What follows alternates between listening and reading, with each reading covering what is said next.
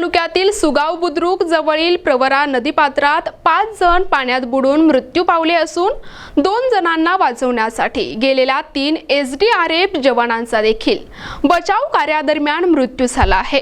मुंबई येथून मदत कार्यासाठी आलेल्या टीममधील 3 जण आणि स्थानिक 2 जण अशा 5 जणांचा मृतांमध्ये सहभाग असून घटनास्थळी मदत कार्य सुरू आहे।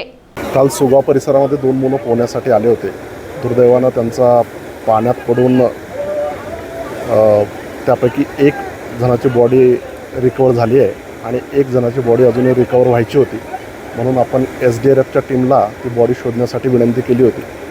SDRFचं पथक आज सकाळी 6 वाजता आलेलं आहे आणि बचाव कार्य करताना त्यांची बोट दुर्दैवानं पाण्यामध्ये उलटली आणि त्यापैकी 4 जवानांना आपण आता सद्यस्थितीमध्ये हॉस्पिटलला रेफर केलं आहे। एका जवानाची तब्येत आता स्टेबल आहे आणि 3 जवानांचे दुर्दैवानं मृत्यू झाल्याचं कळतं आहे। उर्वरित 2 लोकांचा शोध आता सुरू आहे।